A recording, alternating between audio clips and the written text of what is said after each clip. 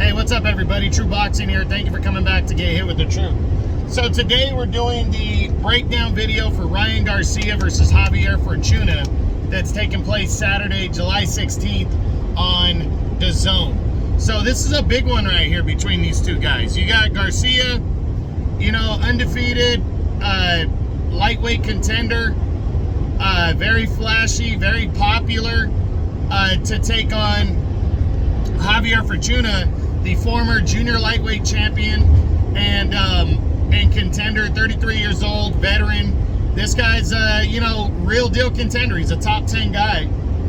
Excuse me, taking on Ryan Garcia. This is a big fight right here for both of these guys. You know, for Ryan Garcia, this is his next step towards hopefully a big title shot at some point, his first ever.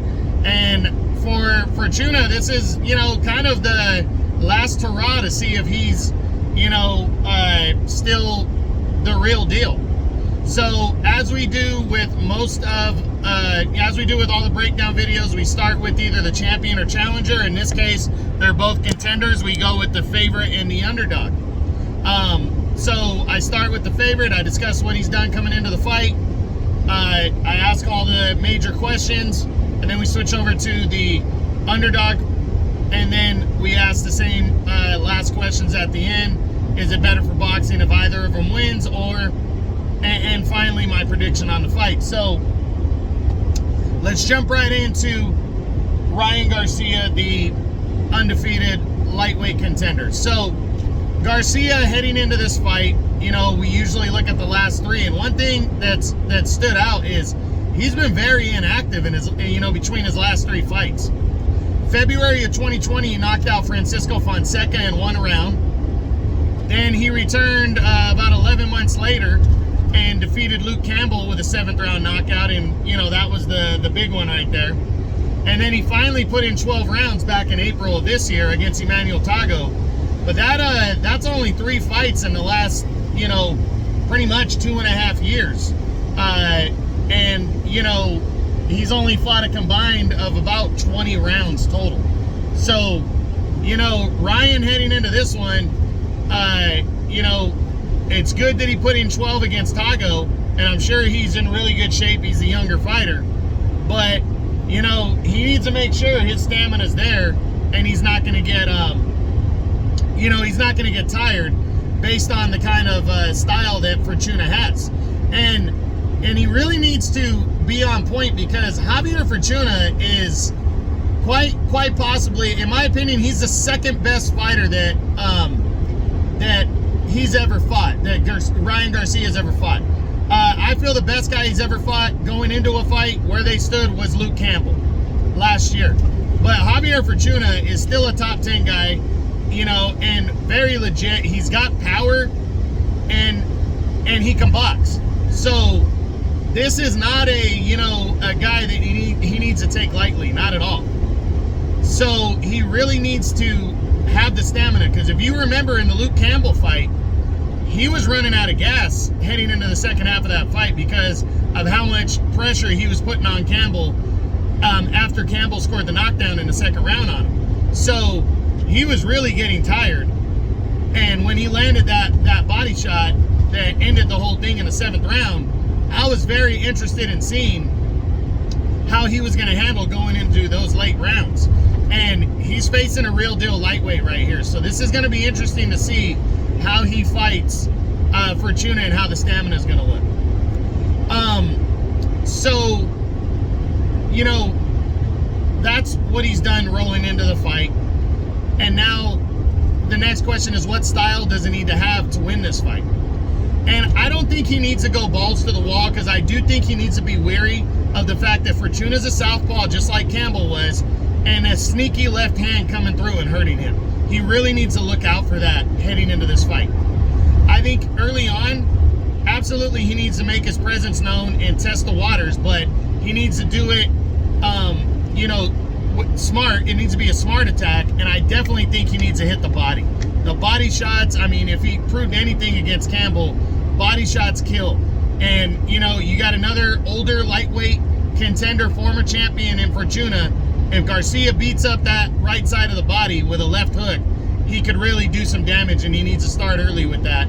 And throw the jab. Use his 1.5-inch reach advantage. Use his 3.5-inch height advantage. If he does that, Ryan Garcia can be very successful in this fight. And you know, have a good shot of winning. Now, but again, he needs to not overexert himself to where he runs out of gas in the second half of the fight if it ends up being a competitive fight. He needs to be ready for that. Now, can Ryan win this fight by knockout? Absolutely, I think he can. I think a body attack, and he has the power to hurt him to the head as well.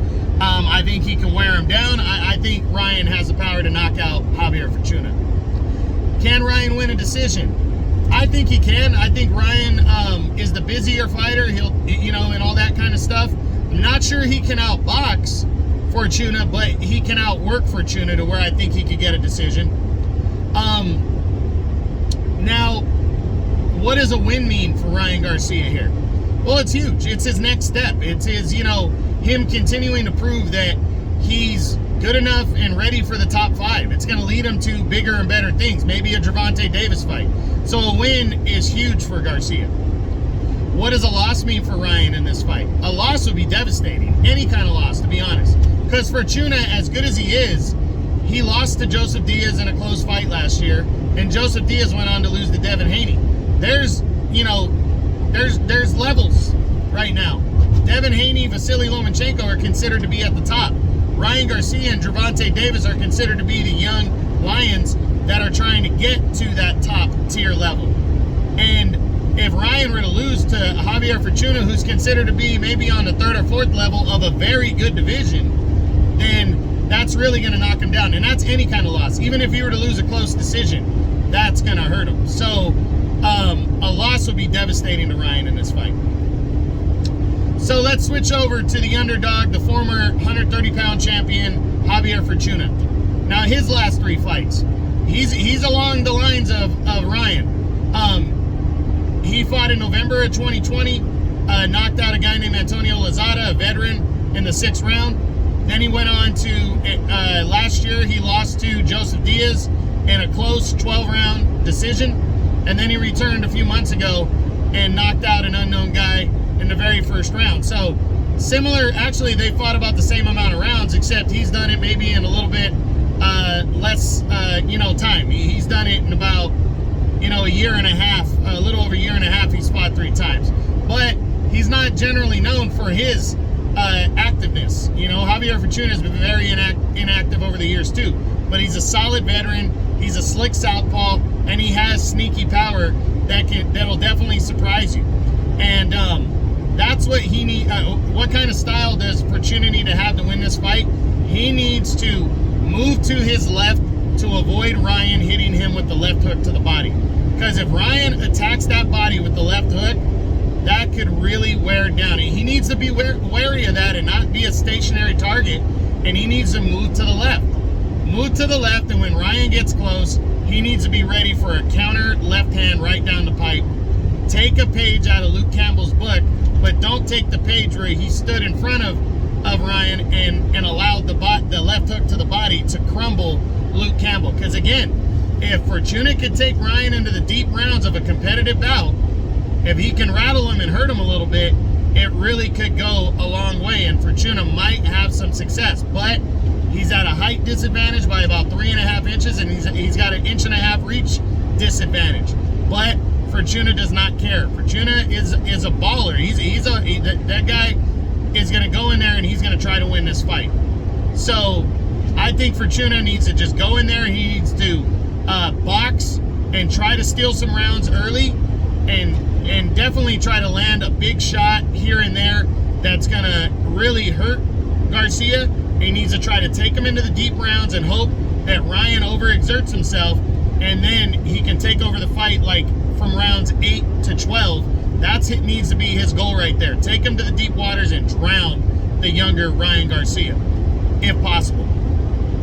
Now, can Fortuna win this fight by knockout? You know what? I don't think it's impossible for him to win this fight by knockout. He does have that sneaky kind of power, and Ryan has been hurt by a guy with that kind of same kind of power in Luke Campbell. So I think Fortuna could land something and definitely hurt Ryan Garcia. But I think it's more likely that if he could stop him based on Ryan just being tired in the late round. So I do feel that Fortuna can knock out Ryan Garcia under the right circumstance. Can he win a decision? Well, I think that's the more likely thing that he could do is win a decision. He's, in my opinion, I don't know if I'm going to go out of my way and say he's the better boxer, but I do think he might be the more skillful boxer, if that makes sense. But I don't know if he can outwork Ryan. So winning a decision might be difficult, but I don't think it's impossible. But I do think it would probably be a close decision. I don't know if he blows Ryan Garcia out of the water, is what I'm trying to say.